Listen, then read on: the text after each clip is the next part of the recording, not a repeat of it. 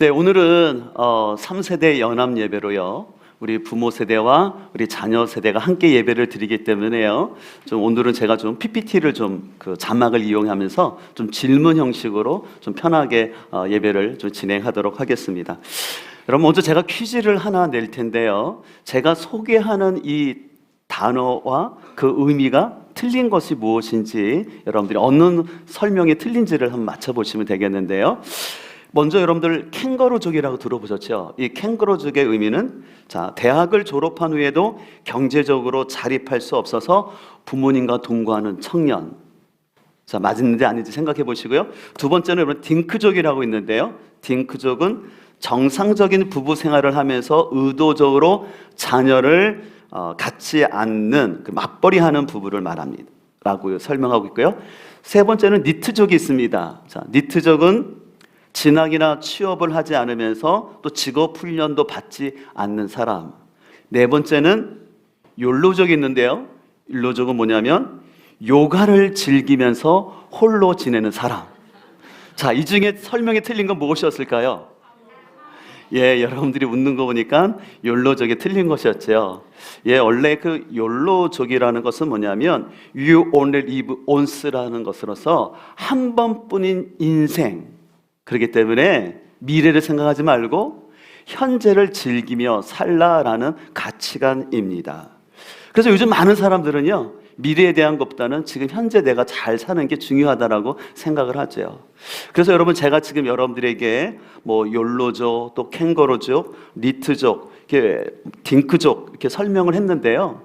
가만히 보면 부모 세대의 입장에서는 이제 어느 정도 성장을 하고 독립을 해야 되고 또 결혼했으면 어떻게 보면 또 자녀를 낳으면서 이렇게 살아가야 될 텐데 계속 어떻게 보면 부모님을 기대하고 있기 때문에 부모님 입장에서는 굉장히 부담스러운 것이 사실입니다. 제가 사진을 하나 보여드릴 텐데 여러분 이 사진이 뭔지 잘 보세요. 예전에 TV 프로에 나왔던 건데 뭐냐면 아이들이 제일 좋아하는 게 놀이기구 타는 거잖아요. 그래서 신나서 놀이기구를 타려고 딱 들어가는데 못 들어가는 거예요. 안전요원이 막고 있어요. 왜 막고 있을까요? 어떻게 아세요? 그렇죠? 키가 작아서 못 탈 수 없는 거예요. 여러분, 저 아이가 얼마나 설레었을까요? 내일이면 엄마 아빠랑 무슨 랜드 간다. 나 거기서 모두 타고 모두 즐겁게 놀 거야. 기대를 했어요. 근데 딱 타려고 하는데 키가 작아서 타면 안 된다는 거예요. 왜냐하면 키가 작은데 그 놀이기구를 타면은 안전사고의 위험성이 있기 때문에. 그러면 그 아이는, 못하는 아이는 어떤 걸까요? 굉장히 속상하고 억울해서 막 울겠죠. 그러면서 그 아이는 어떻게 생각할까요? 내가 빨리 많이 먹어서 운동해서 다음에는 내가 이 놀이기구 타겠지. 그런 생각하지 않겠습니까? 여러분, 그와 마찬가지로 우리 신앙도요, 우리가 신앙의 연수가 지속됨으로 인해서 내가 성장해야 되는데 성장하지 못하고 자립하지 못하고 있다면 우리를 지으신 하나님께서 보실 때 안타까움이 드실 거라고 생각합니다. 무엇보다 우리의 신앙이 자라지 않으면요, 자신에게 손해가 돼요. 어떤 손해가 있을까요? 성장하지 않는 신앙의 특징은 뭐냐? 금방 지쳐요. 그리고 잘 넘어집니다. 잘 넘어지니까 당연히 사역의 열매도 얻게 되겠죠. 이 같은 차원에서 오늘 본문의 말씀은 우리가 어떻게 해야지 영적으로 성장할 수 있는지를 가르치고 있는 말씀이에요. 오늘 말씀 먼저 베드로 후서 1장 1절과 2절은 이렇게 말하고 있습니다. 우리 하나님과 구주 예수 그리스도의 의를 힘입어서 우리의 믿음과 같은 귀한 믿음을 받은 이들에게 이 편지를 씁니다. 그러면서 인사말을 해요. 하나님과 우리 주 예수를 알므로써 은혜와 평화가 여러분에게 더욱 풍성하여지기를 바랍니다. 라고 인사말을 하면서 이 편지를 쓰는 사람이 베드로 사도예요. 베드로 사도는요, 이 편지를 받고 있는 성도들이 귀한 믿음을 갖고 있다라고 얘기하면서, 근데 그 귀한 믿음 가운데 하나님이 주시는 은혜와 평강이 더욱 넘치기를 바랍니다라고 인사말을 했어요. 그럼 여러분, 인사말을 한 다음에 무슨 내용을 할까요? 자신이 편지를 쓴 이유를 말하겠죠. 자, 그래서 1장 3절과 4절에는 왜 이 편지를 쓰는지 그 목적이 나와 있어요. 자, 자막 좀 보여주세요. 잘. 여러분이 무엇보다 먼저 알아야 할 것은 이것입니다. 마지막 때에 조롱하는 자들이 나타나서 자기들의 욕망대로 살면서 여러분을 조롱하여 이렇게 말할 것입니다. 그리스도가 다시 오신다는 약속은 어디 갔느냐? 조상들이 잠든 이래로 만물은 창조 때부터 그러하였듯이 그냥 그대로다. 여기 보면요, 거짓 교사들이 나타났어요. 그들은 무슨 거짓말을 했냐면요, 예수님의 재림은 없다라는 거예요. 그 예수님의 재림이 없기 때문에 당연히 심판도 없다. 자, 이런 말을 하니까 사람들이 그래? 예수님의 재림도 없고 심판도 없으니까 내가 막 살아도 되겠네? 라고 생각하는 성도들이 있었던 것이었어요. 이 사실을 안 사도 베드로는 안타까움을 가지고 아닙니다. 우리 주님은 꼭 재림하십니다. 그렇기 때문에 여러분들이 절대로 가짜 뉴스에 속아서 여러분들 넘어지지 않기를 바랍니다. 그 목적을 가지고 이 편지를 쓰고 있는 거예요. 여러분, 이 베드로 사도가 이 편지를 쓸 때뿐만 아니라요, 오늘날도요, 예수님의 재림이 없다라고 생각하는 사람들은 세속주의적인 가치관밖에 없어요. 그냥 죽으면 다 끝난다, 죽으면 다 모든 것이 사라지기 때문에 중요한 건 지금 현재 내가 이 땅에서 그냥 잘 먹고 잘 살면 된다라는 그 생각만 가득하게 돼요. 그래서 제가 아까 설교 시간에 얘기한 것처럼 욜로족이라고 그래서 한 번뿐인 인생, 그냥 내가 지금 사는 게, 행복하게 사는 게 즐거운 거야 라고 생각하면서, 여러분들 요즘 보면 먹방이라고 그래서 어떤 사람은 굉장히 먹는 거에, 어떤 사람은 여행 유튜버로 이렇게 사람들 자신의 삶을 보여주고 또 사람들이 그것을 보게 하면서 부러움을 사고 있어요. 우리가 어떤 음식을 먹고 또 차박을 하고 여행하는 건 나쁜 건 아니에요. 그러나 우리 그리스도인들은 잘 생각을 해야 합니다. 하나님께서는 우리가 영적으로 성장하여서 다른 사람들에게 선한 영향력을 끼치면서 서로 도우면서 살기를 원하는데, 공동체에 대한 관심은 없고 그냥 자기만 이 땅에서 잘 먹고 잘 살겠다고 생각하면서 가족을 돌보지 않고 공동체를 생각하지 않는 그런 삶은 우리 그리스도인의 삶에서 합당하지 않다라는 것이죠. 그래서 우리는 이런 가치관이, 미혹의 가치관이 많은 이 시대 가운데 살기 때문에 우리는 이 가운데서 잘 성장할 수 있는 원리를 알아야 돼요.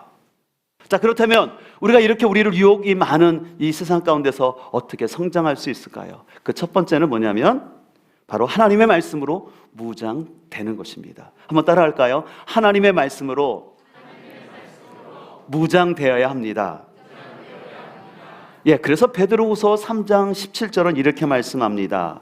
그러므로 사랑하는 자들아, 너희가 이것을 미리 알았은즉 무법한 자들의 미혹에 이끌려 너희가 굳센 데에서 떨어질까 상가라 라고 말하고 있어요. 여기 무법한 자라고 나오는데요, 이 무법한 자라는 것은 뭐냐면 말씀을 부정하고요, 개인의 욕심을 추구하는 사람들을 말하는 거예요. 그 마음속에 하나님 법을 부정하는 사람이에요. 그 다음에 미혹한다라는 것은 뭐냐면 방탕하게 하다, 이탈하게 하다라는 뜻으로서 이 잘못된 신앙의 가르침으로 인하여서 신앙 안에서 이탈하고 넘어지게 하는 것, 그 사람들이 잘못된 교사의 특징이에요. 자, 그래서 특별히 베드로서 2장 1절에는요 우리를 유혹하는 거짓 교사들의 특징이 나타나 있는데, 여러분 한번 그 말씀을 잘 들어보세요. 베드로후서 2장 1절은 이렇게 말씀합니다. 그들은 파멸로 몰고 갈 이단을 몰래 끌어들일 것입니다. 그래서 그들은 자기들을 값주고 사신 주님을 부인하고 많은 사람이 그들을 본받아서 방탕하게 될 것이니 그들 때문에 진리의 길이 비방을 받게 될 것입니다. 또 그들은 탐욕에 빠져 그럴듯한 말로 여러분의 호주머니를 털어갈 것입니다. 오늘 베드로 사도는요, 거짓 교사들은 다음과 같은 특징이 있으니까 거기에 넘어가지 않도록 잘 분별하라고 말해요. 자, 거짓 교사들의 첫 번째 특징은 뭐냐면 가만히 은밀히 들어와서 거짓말을 한다는 거예요. 다시 말해 사람들을 속인다는 거예요. 두 번째는 뭐냐면 예수님을 부인케 하는 거예요. 예수님이 우리의 구원자가 된다는 사실을 부인하게 해요. 그래서 우리 이 땅에도 많은 이단들이 있는데 이단들의 특징은 예수님의 구원은 완벽하지 않기 때문에 자신들이 가르치는 어떤 성경을 배워야지 구원이 있는 것처럼 계속해서 유혹합니다. 세 번째 거짓 교사들의 특징이 있는데요. 그것은 사람들로 하여금 죄를 짓게 유혹한다는 거예요. 그리고 궁극적으로 네 번째는 뭐냐면 그 성도들의 호주머니를 털어간다고. 그래서 성도들을 가난하게 한다라는 것이에요. 그렇기 때문에 우리는 이런 거짓 교사들에게 속지 않기 위해서 우리에게 필요한 것은 뭐냐면 하나님 말씀으로 무장돼야 돼요. 하나님 말씀이 내 안에 있어야지만 저것이 거짓된 가르침인지 아닌지 분별할 수 있겠죠. 근데 우리 안에 말씀이 없으면 분별력이 없으니까 이런 이단이나 잘못된 거짓 교사들에 속아서 우리 인생을 불행하게 살 수가 있습니다. 자, 그래서 베드로후서 3장에서는 베드로가 다시 한번 베드로 사도가 이렇게 말합니다. 사랑하는 여러분, 나는 여러분에게 이 두 번째 편지를 쓰고 있습니다. 자, 두 번째 편지는 바로 베드로 후서를 말하고 첫 번째 편지가 있겠죠. 그럼 베드로 전서를 말하는 거예요. 자, 그래서 두 편지로 나는 여러분의 기억을 되살려서 여러분의 순수한 마음을 일깨우려고 합니다. 그렇게 해서 거룩한 애언자들이 이미 애언한 말씀과, 이것은 구약 성경을 말하고요, 주님이 구주께서 여러분의 사도들을 시켜서 주신 계명을 여러분의 기억 속에 되살리려는 것입니다. 여러분, 제가 읽어드리는 지금 말씀 가운데 두 단어가 반복되고 있어요. 그것은 뭐냐면 기억을 되살린다라는 표현이 두 번씩이나 반복되고 있어요. 오늘 베드로 사도는요, 이 말씀을 읽는 성도들에게 말씀을 한 번만이 아니라 계속해서 반복적으로 얘기함으로, 또 베드로 후서뿐만 아니라 베드로 전서의 말씀을 통해서 성도들이 이 말씀을 한 번 듣고 잊어버리는 것이 아니라 이 말씀을 기억하여서 마음속에 담고 있음으로 인하여서 어떤 이단이나 거짓된 사람들이 우리를 속이고 우리의 생명을 빼앗아 올 때, 우리의 돈을 뺏으러 올 때 미혹되지 않기를 바랍니다. 그래서 여러분들이 하나님 말씀을 기억하십시오. 그리고 그 말씀을 마음에 간직하십시오라고 오늘 베드로 사도는 얘기하는 거예요. 아까 우리 장학금 지급 시간을 가졌는데요, 어제 장학시험이 있었거든요. 어제 제가 우리 학생들 그 장학시험을 지금 화면에 보이는 것처럼 시험 끝난 다음에 우리 교육자들이 다 채점을 하고 그 점수를 봤어요. 근데 제가 굉장히 기뻤어요. 왜냐하면 우리 학생들 대부분이 평균 이상의 점수를 다 받았어요. 참 감사한 것은 우리 교회에서 처음에 장학금을 지급하기 위해서 시험을 봤었거든요. 그때는요, 죄송하지만 비밀인데요, 점수가 너무 낮았어요. 그래서 그때 진짜 장학금을 간절히 주고 싶었지만 도저히 줄 수가 없었어요. 그래서 그때 교육자들과 상의를 했어요. 안타깝지만 너무 점수가 낮은 학생들은 주지 말자. 그래서 그때 안 줬어요. 그래서 감사한 건요, 우리 학생들이 이런 교회의 마음을 잘 알아서 이제 교회에서 시험 본다 하면 열심히 준비하는 거예요. 그래서 어제 점수를 봤더니 진짜 다들 60점 이상의 점수를 받는 학생들이었어요. 놀랍지 않나요? 우리 박수 한번 합시다. 그래서 우리 학생들 너무 시험을 잘 봤어요. 그래서 기쁨이 있었어요. 그래서 어떤 학생들은요, 이 마태복음 장학시험을 준비해서 부모랑 같이 1대1로 막 연습을 하더라고요. 그리고 제가 시험 전에 봤더니 어떤 학생들은 뭘 보고 있어요. 그래서 이거 뭐니? 그랬더니 이거 아빠랑 같이 만들어서 공부한 거라고. 감동이 되더라고요. 그래서 많은 가정에서 우리 자녀들을 위해서 가르치기 좀 감사했어요. 그래서 우리는 이런 것들을 통해서 우리 자녀들에게 계속해서 하나님 말씀을 가르쳐야 할 줄 믿습니다. 무엇보다 우리 사랑하는 학생들은 선생님이나 전사님, 또 목사님, 또 부모님이 여러분의 하시는 말씀을 여러분이 잘 들어야 여러분의 삶이 축복된 인생이 될 줄 믿습니다. 내 생각과 고집을 가지고 엄마가 틀렸다고 아빠는 모른다고 그렇게 얘기해서는 안 돼요. 여러분들 혹시 그거 아세요? 의사 선생님들이 환자들의 병을 고쳐주려고 늘 신경을 많이 쓰는데요, 의사 선생님들이 제일 싫어하는 환자가 있대요. 어떤 환자일까요? 지금 보이는 것처럼 자신이 가진 경험과 지식을 가지고 의사 선생님 제 병은 이거죠, 제가 다 알아요. 그렇게 하면 의사 선생님이 이렇게 하라고 할 때 그 말을 듣지 아니하고 자기가 판단해서 자기가 막 치료하려고 하는 그런 환자를 보면 의사 선생님들이 고쳐주고 싶은 마음이 없대요. 왜요? 자기 생각이 가득해가지고 전문가의 말을 들어야 되는데 전문가의 말을 듣지 아니하고 자기 경험대로 살려고 하니까. 이처럼 우리는 나의 생각과 나의 경험을 앞세우는 것이 아니라 진리의 말씀을 우리는 먼저 듣고 그 말씀으로 무장돼야 할 줄 믿습니다. 계속해서 우리를 유혹하는 이 미혹의 세대에서 성장하기 위해서는 예수님에 대한 지식과 은혜 안에서 자라가야 합니다. 자, 그래서 오늘 18절 말씀을 보게 되면 이렇게 말씀하고 있습니다. 우리의 주님이시며 구주이신 그리스도에 대한 지식과 그 은혜 안에서 자라가십시오 라고 말씀하고 있어요. 여기서 지식이라는 것은 알림이라는 단어인데, 특별히 베드로 후서에서는요, 알림이라는 단어가 굉장히 반복되고 있어요. 그래서 여러분들, 알림이라는 단어는 우리 교회에서 제가 많이 강조했는데, 이 그노시스라는 단어는 뭐냐면 여기서는 특별히 이론적으로 아는 것이 아니라 지식적으로 아는 것이 아니라 어떤 것을 체험적으로 아는 것을 알다라고 표현하고 있어요. 그래서 우리는 예수님을 알되 지식적으로 아는 것이 아니라 우리 예수님을 체험적으로 알아야 할 줄 믿습니다. 그럼 우리가 어떻게 체험적으로 예수님을 알 수 있을까요? 그것은 바로 예수님의 은혜를 사모하는 것입니다.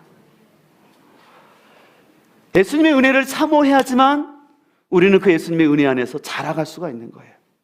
근데 예수님의 은혜를 사모하는 비결이 있는데요, 그 비결은 뭐냐면 고난 속에서도 겸손함을 가지고 배우고자 하는 마음입니다. 다시 한번 잘 기억하십시오. 고난 속에서도 겸손함을 가지고 배우고자 하는 마음이에요. 여러분, 베드로 전서를 보게 되면 베드로 전서 1장 1절에서 이렇게 얘기합니다. 예수 그리스도의 사도인 베드로가 라고 하면서 편지를 시작했고요, 이제 베드로 후서에서는 베드로 사도가 이렇게 얘기합니다. 예수 그리스도의 종이요 사도인 시몬 베드로가 있어요. 여러분, 베드로 전서하고 후서에서 차이점이 뭘까요? 어떤 단어가 추가되었네요? 종. 또 뭐가? 시몬이 포함됐죠. 여러분들 잘 보셨어요.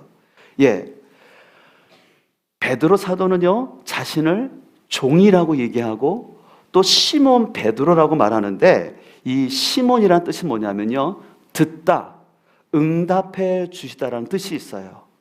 그래서 베드로는요, 그가 신앙생활을 하면 할수록 예수님의 말씀에 더 귀 기울이고 말씀을 듣는 신앙을 가졌던 것을 볼 수가 있어요. 그래서 여러분들, 우리가 신앙이 성숙한다라는 것은 뭐냐면요, 점점점 종과 같이 겸손한 마음을 갖는 거예요. 그러면 신앙이 성장하게 돼요.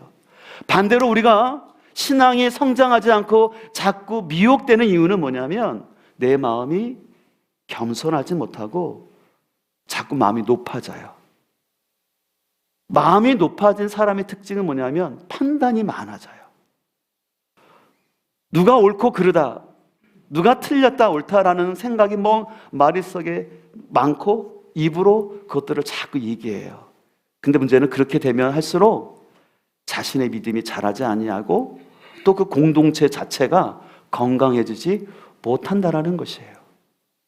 근데 오늘 베드로는 점점 자신의 신앙이 성숙할수록 자기를 종이라고 얘기하고, 그리고 시몬이라는 뜻에 담긴 것처럼 하나님의 말씀을 들으려는 그런 모습을 보여주고 있습니다. 자, 이럴 때 우리의 믿음이 성장하게 돼요. 자, 그러면 이렇게 우리가 영적으로 성장하게 되는, 자라게 되면 그 축복이 있어요. 그 축복의 결과가 있는데요, 그것은 바로 베드로 후서 3장 18절입니다. 다시 한번 볼게요. 오직 우리 주 곧 구주 예수 그리스도의 은혜와 그를 아는 지식에서 자라가라 라고 말하면서 영광이 이제와 영원한 날까지 그에게 있을지어다 라고 말하고 있습니다. 오늘 베드로 후서는 마지막에 뭐냐면 예수님께 모든 영광이 돌려진다는 거예요. 그래서 여러분들 믿음이 성숙한 사람의 특징의 열매는 뭐냐면 예수님께 영광이 되는 거예요. 저는 이 자리에 있는 우리가 사랑하는 학생들과 우리 부모 세대가 여러분의 신앙을 통하여 우리 주님께 영광 돌리기를 소망합니다. 그래서 저 사람을 보니까, 저 가정을 보니까 하나님이 살아계시구나라는 것들을 사람들에게 증거할 수 있기를 축복합니다. 여러분들, 우리가 하나님께 영광을 돌리면요, 하나님은 우리의 삶에도 당연히 은혜를 주시고 열매를 맺게 할 줄 믿습니다. 우리 하나님은 좋으신 하나님이기 때문에요, 하나님만 영광 받고 우리를 고생시키신 하나님이 아니라 하나님이 영광 받으실 뿐만 아니라 우리에게도 아름다운 열매를 주실 줄 믿습니다.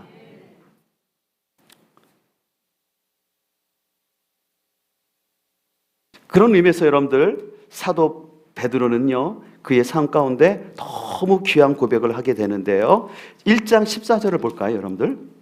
자, 1장 14절을 보게 되면 세 번역으로 이렇게 되어 있어요. 나도 나의 장막을 벗어날 것이 임박한 줄을 알미라. 여기서 나의 장막을 벗어난다는 것은 죽음을 암시하는 거예요. 베드로는 이제 곧 자기가 순교할 것을 알게 되었어요.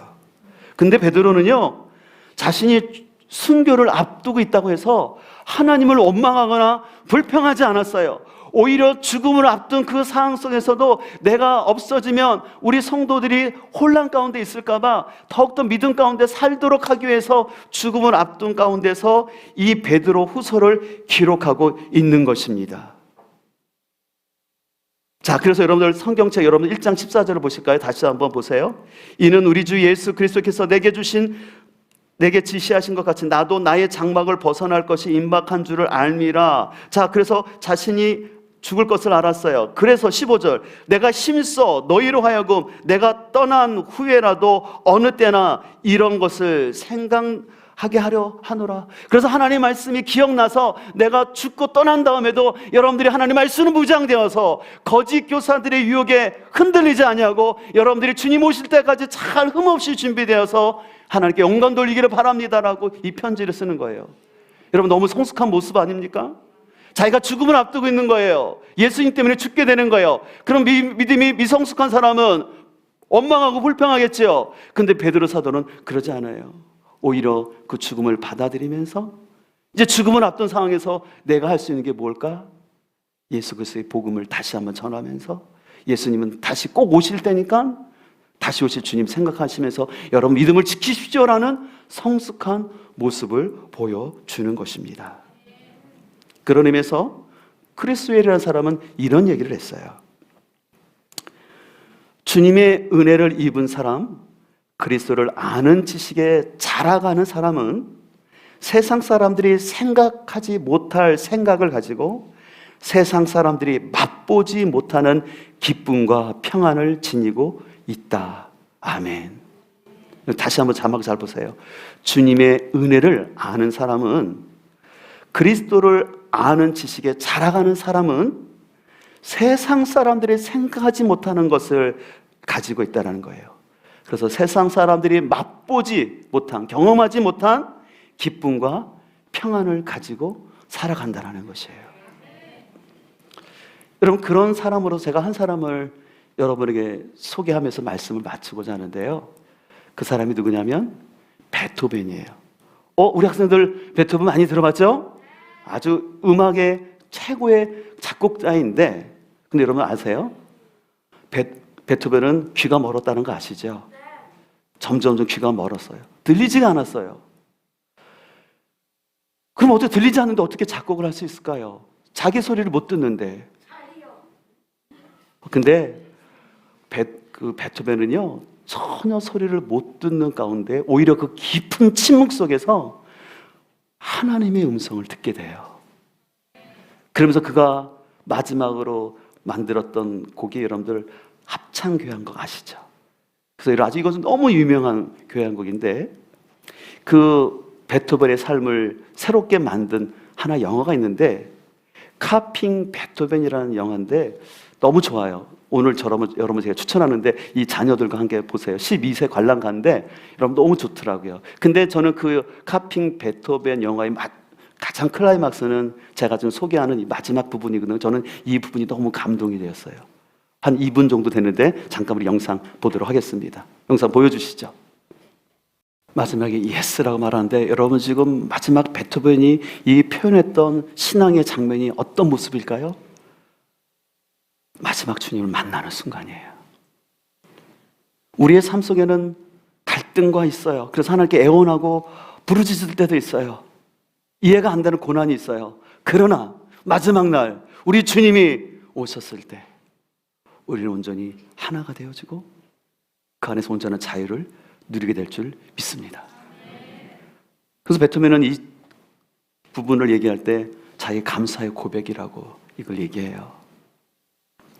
귀가 먹어서 마지막 죽어가는 순간에 왜 감사할까요? 이 영화 감독은 베토벤이 그의 마지막 인생을 뒤돌아봤을 때 귀가 먹은 삶 가운데서도 자기에게 이런 귀한 음악을 주신 것. 그래서 여러분 이 영화의 중간에 보면 그런 베토벤이 그렇게 울부짖어요. 자신의 음악을 많은 사람들은 듣고 있지만 오직 자기는 못 듣는다고. 이게 무슨 은총이냐고. 근데 나중에는 고백합니다. 오히려 이것이 하나님 주신 은혜인 것을 경험하게 됩니다. 그렇기 때문에 많은 후대의 사람들이 이 베토벤의 음악을 통해서 많은 걸 배우게 되게 됩니다. 오늘 이 베토벤의 모습처럼 우리의 삶 가운데도요, 때로는 고난이 있고 원치 않는 시련으로 인해서 내 삶이 꽉 막혀지는 아픔 같은 게 있을 수 있어요. 그러나 오히려 그 아픔과 침묵 속에서 우리가 주님을 배워가고 알아가기를 소망합니다. 세상 사람들은 죽으면 끝이라고, 재림은 없다고 말하지만 우리 주님은 분명히 말씀하십니다. 우리 주님은 다시 오십니다. 다시 오실 주님 앞에 우리가 그 주님을 생각하면서 계속해서 믿음의 경주를 달려갈 수 있기를 소망합니다. 근데 그 경주 가운데 우리가 혼자가 아니라 하나님 우리를 공동체로 불러주셨고 말씀 가운데에서 함께 하시고 우리를 은혜로 세워주신다는 그 사실을 기억하시고 우리 모두 계속해서 주님 안에서 주님을 알아가는 지식과 은혜 안에서 자라갈 수 있는 우리 사랑하는 우리 자녀들과 우리 부모 세대 되기를 주의 이름으로 축복합니다.